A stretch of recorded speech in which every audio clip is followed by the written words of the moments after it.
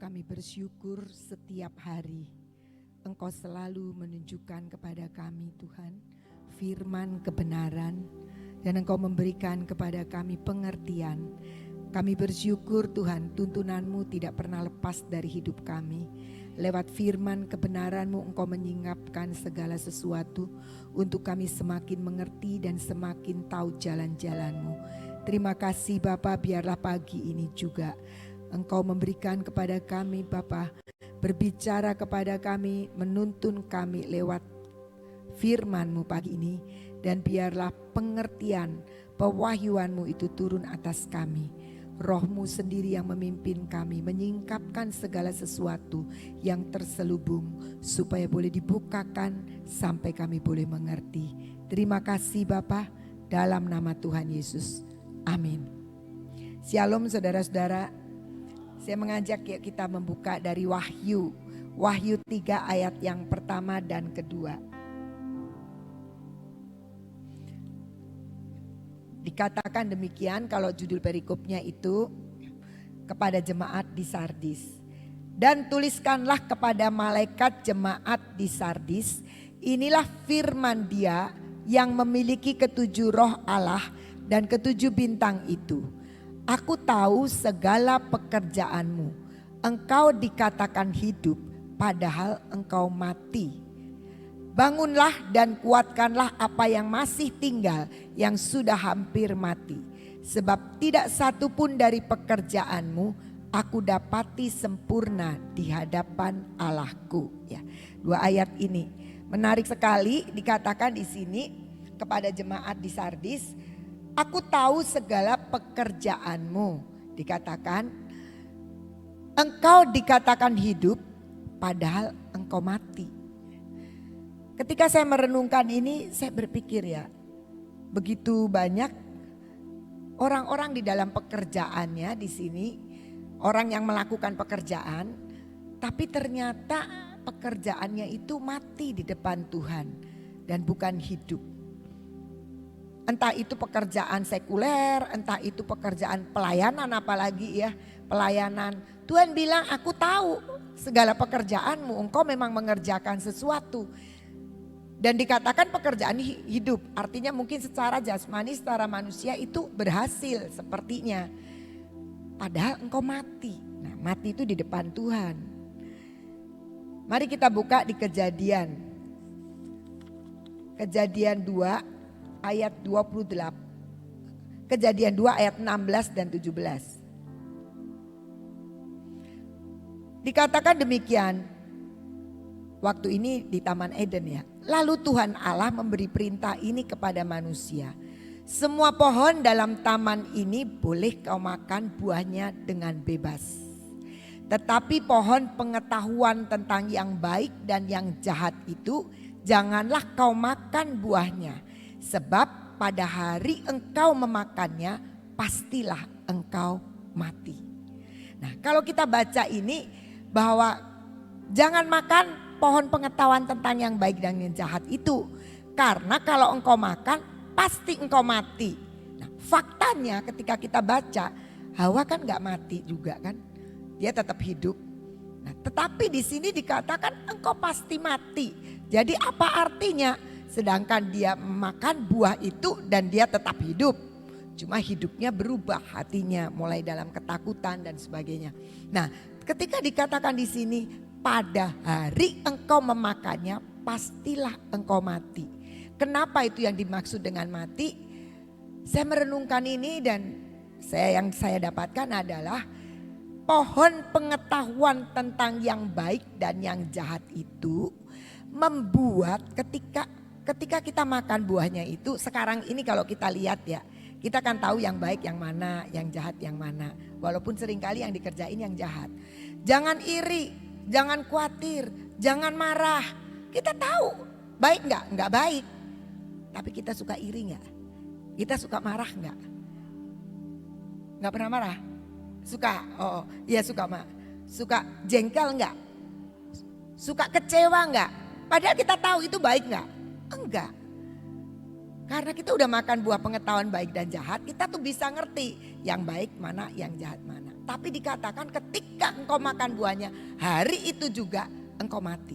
Artinya ketika kita tahu yang baik dan jahat dan kita yang baik dan jahat itu menguasai hidup kita, maka kita itu dikatakan mati sama Tuhan. Kan sekarang banyak orang kan sok pinter ya, gak bisa percaya sama Tuhan. Kenapa? Faktanya begini kok. Itu kerjaan dari mana? Kerjaan dari pengetahuan. Tuhan janji, sekalipun kamu di padang gurun, aku mau buat jalan. Faktanya padang gurun terus kok. Dari mana kita bisa bilang begitu? Pengetahuan, kenyataan, pengetahuan dari hidup kita. Nah, jadi sekarang apa sebenarnya yang dikatakan mati dan hidup itu? Titus 3 ayat 5.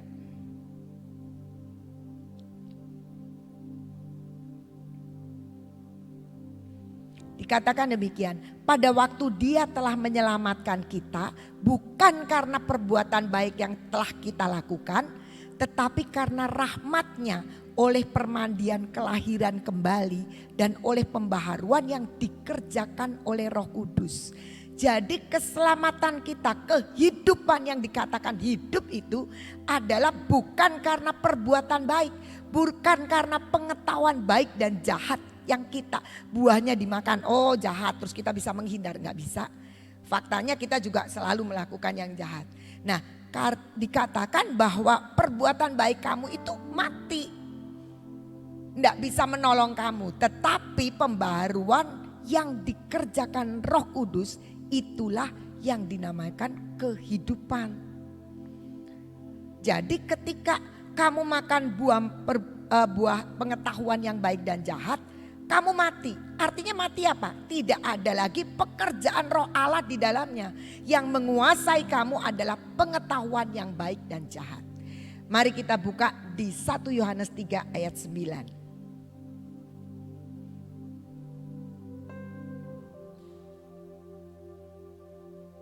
1 Yohanes 3 ayat 9.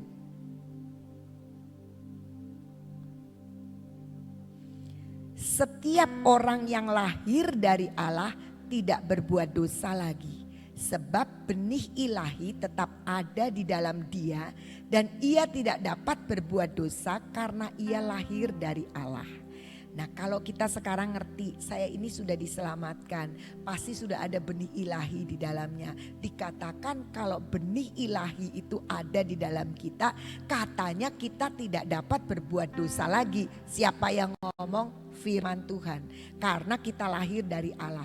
Kenyataannya kita masih bisa marah, kita masih bisa berbuat dosa. Kenapa?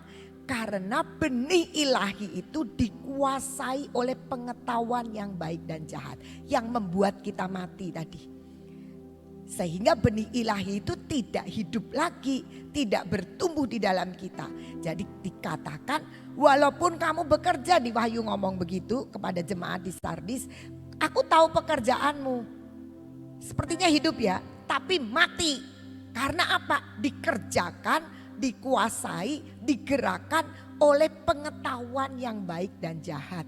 Sedangkan kalau itu lahir dari benih ilahi, maka dikatakan tetap hidup. Dan itulah yang menyebabkan ketika kita dikuasai oleh benih ilahi, maka kita tahu dan yakin banget bahwa sebenarnya kita tidak mampu lagi berbuat dosa. Tidak bisa berbuat dosa.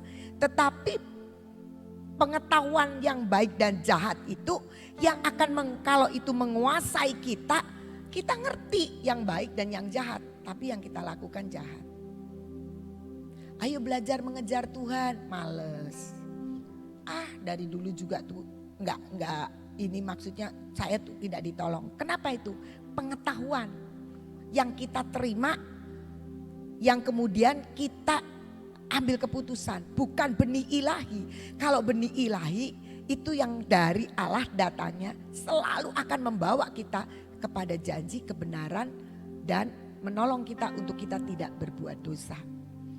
Karena itu mari belajar, kita bisa membedakan apakah pekerjaan kita sekarang ini hidup atau mati di depan Tuhan. Kalau di depan manusia udah pasti kelihatan, oh kita pelayanan, kita menolong orang dan sebagainya. Tapi apakah itu di dalamnya bergerak benih ilahi yang tidak membuat kita hanya memikirkan baik dan jahat. Karena baik dan jahat, pengetahuan baik dan jahat itu adalah pengetahuan yang justru akan mematikan benih ilahi yang ada di dalamnya. Sehingga dikatakan jangan makan kamu pengetahuan yang baik yang jahat, kata Tuhan. Sebab ketika saat itu juga kamu makan, kamu mati. Karena apa? Dikuasai oleh mulai ada pengetahuan, mulai akal budi, kita jadi sok pinter. Dan benih ilahi itu mati di dalam diri kita, gak bisa bertumbuh. Kita lihat di Kisah Rasul 17 ayat 28 dan 29. Kisah Rasul 17 ayat 28 dan 29.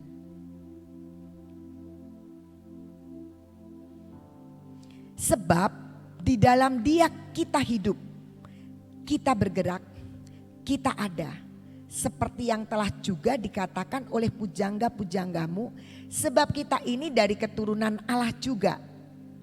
Karena kita berasal dari keturunan Allah, kita tidak boleh berpikir bahwa keadaan ilahi sama seperti emas atau perak atau batu, ciptaan kesenian dan keahlian manusia.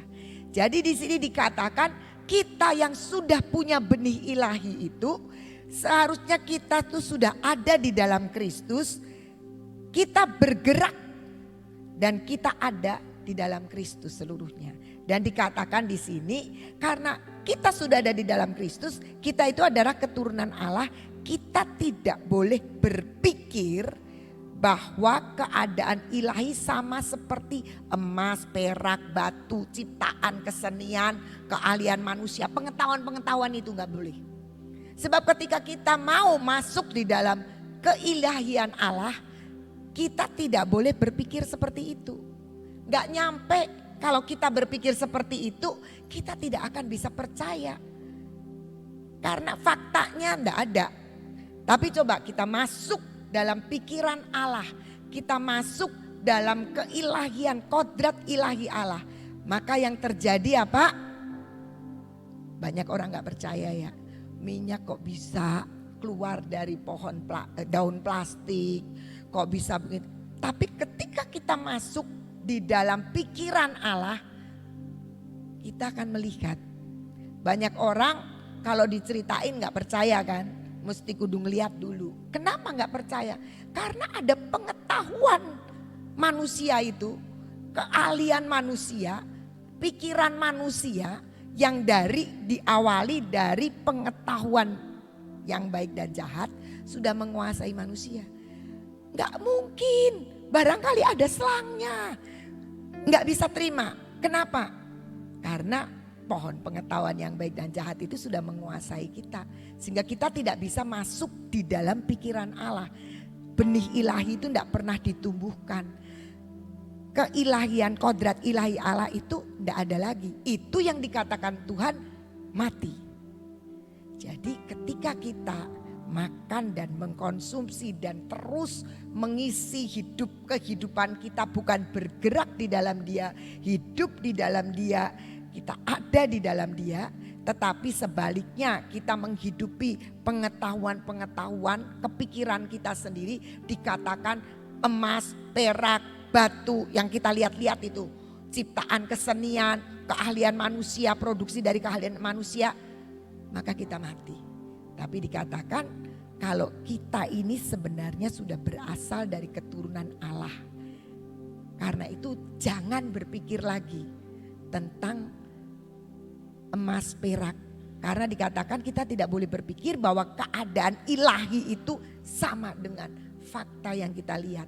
Sama dengan emas, perak, batu, kesenian, ciptaan-ciptaan manusia, keahlian manusia, hasil pemikiran manusia. Tetapi kita harus kembali kepada benih ilahi yang di dalam kita.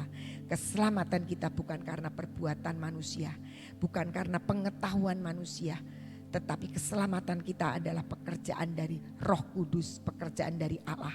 Itu yang membuat kita hidup. Dan ketika kita terima keselamatan, Tuhan bilang ada benih ilahi. Dan benih ilahi itulah yang harus kita tumbuhkan. Mengatasi dan menguasai segala pengetahuan manusia. Boleh kita bangga, kita orang pintar, kita hasil ini, itu. Tapi jangan-jangan konyol banget kalau kita melayani Tuhan dengan cara seperti itu. Akhirnya Tuhan bilang, aku tahu pekerjaanmu. Kamu kelihatannya hidup kan, padahal kamu mati. Buat apa? Tapi mari kita belajar mengerti.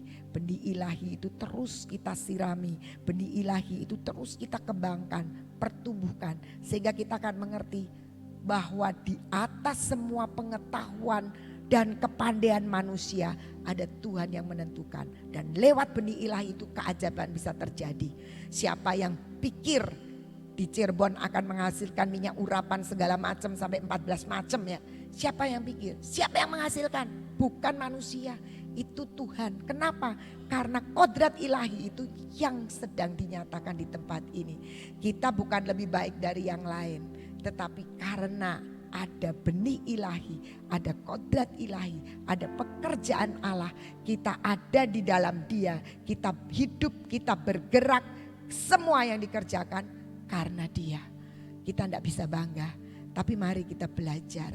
Apapun yang kita kerjakan sekarang, siapa yang mendrive hidup kita, siapa yang mengarahkan hidup kita. Apakah hidup kita diarahkan oleh pengetahuan, buah dari pengetahuan yang baik yang jahat. Aku kan lakukan baik kok, aku punya niat baik kok, aku selalu berpikir baik, pokoknya kerjaanku tuh baik. Tapi jangan-jangan Tuhan bilang, iya memang kamu ada pekerjaan itu, tetapi bukan dituntun oleh kodrat ilahi, benih ilahi yang memimpin akan hidup kita. Tetapi ternyata dikerjakan oleh pengetahuan kita sendiri. Kan baik pengetahuan kita berkata demikian. Yang terakhir 2 Petrus 1 ayat 4.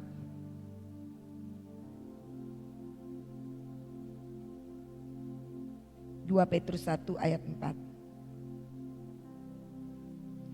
Dengan jalan itu ia telah menganugerahkan kepada kita janji-janji yang berharga dan yang sangat besar.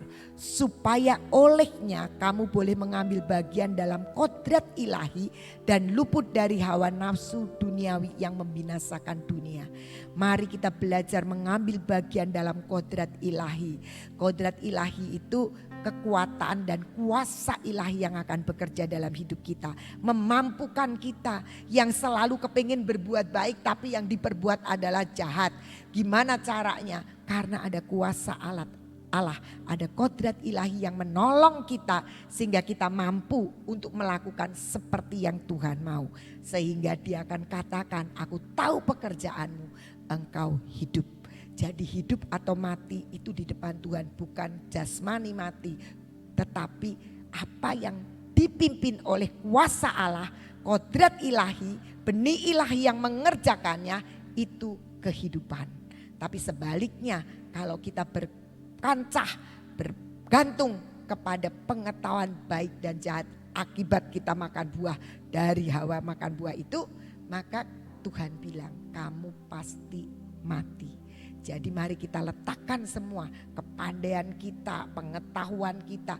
Itu hanya bantu sedikit lah. Tapi kalau dikuasai oleh roh ilahi, yang bodoh aja jadi pinter. Kalau dikuasai oleh benih ilahi, maka yang ajaib itu pasti terjadi. Bukankah saat ini kita rindu itu yang terjadi?